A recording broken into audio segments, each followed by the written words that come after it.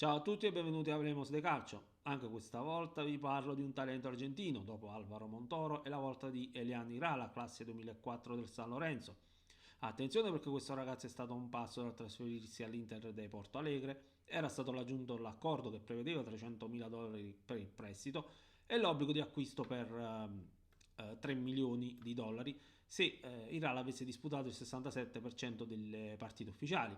Poi l'accordo è saltato perché pare all'ultimo siano state cambiate alcune condizioni, non so se da parte del San Lorenzo o del manager del calciatore. Comunque, se al San Lorenzo arriva l'offerta, il club è disponibile a cederlo. Secondo me per 3 milioni, ma anche qualcosa in più andava comprato subito. Peccato che nel frattempo il ragazzo ha rinnovato il contratto con il San Lorenzo e adesso la clausola rescissoria è di 15 milioni di dollari. Ad ogni modo, la mia sensazione è che si possa risparmiare qualcosa sulla clausola perché il San Lorenzo ha bisogno di incassare denaro. Ho un po' spoilerato la mia opinione su questo calciatore, ma c'è altro da dire, non prima di avervi chiesto di iscrivervi al canale. Devo dire che nel campionato precedente Iral ha avuto alti e bassi con un rendimento che è calato nell'ultima parte della stagione. Probabilmente in quel periodo non c'è stato neanche un ottimo feeling con il tecnico russo, a differenza dei precedenti il gaceco Ruben Insua che lo ha lanciato in prima squadra e il Pipi Romagnoli. C'è da dire che probabilmente non sono state tollerate alcune intemperanze di Irala e per queste è stato anche criticato dalla tifoseria. Tutto ciò però è il passato perché Michelangelo Russo nell'attuale torneo ha sempre schierato Irala nell'11 iniziale, anche se poi è stato sostituito in 7 partite su 10. Ma non concentriamoci troppo sul presente perché ciò che interessa è il futuro di questo ragazzo e soprattutto le sue skills. Ci tengo a dire questa cosa, si tratta di un giovane, alternare buone prestazioni ad altre meno buone è naturale. Come gioca Irala e in che ruolo? È un centrocampista centrale, un mediano che fa bene le due fasi, anche se a me è piaciuto, piace soprattutto per come gioca, per come dà copertura al centrocampo. Dunque, se dovessi dare un voto, direi 8 alla fase difensiva, 6 e mezzo a quella offensiva. È di piede destro, a mio avviso non è un regista, ma un mediano dei piedi buoni.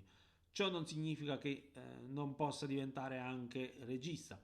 Solitamente gioca in una posizione centrale, ma in più occasioni, soprattutto con il tecnico russo l'ha fatto giocare anche più da esterno, a partita in corso, diciamo. Nel centrocampo a 3 ha giocato spesso da mezzala a sinistra. Attualmente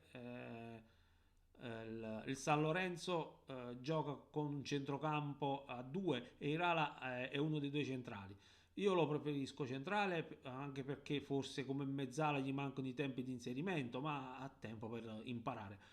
Ancora non si è fatto apprezzare per i passaggi chiave. Ad ogni modo possiamo considerarlo un jolly.